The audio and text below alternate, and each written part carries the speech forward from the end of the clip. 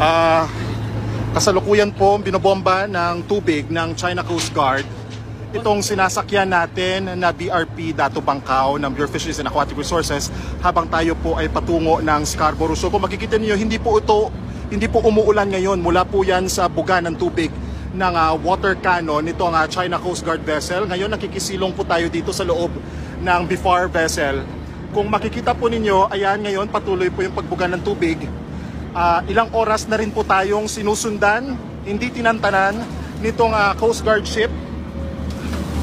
Kung makikita po ninyo, ayan patuloy po yung ito po yung ano niya, ilang beses na tayong binangga at pinuntutan nitong Chinese Coast Guard na may bow number 3305. Kanina lang po ay tinamaan muli yung barko natin nitong napakalakas na water cannon ng China Coast Guard.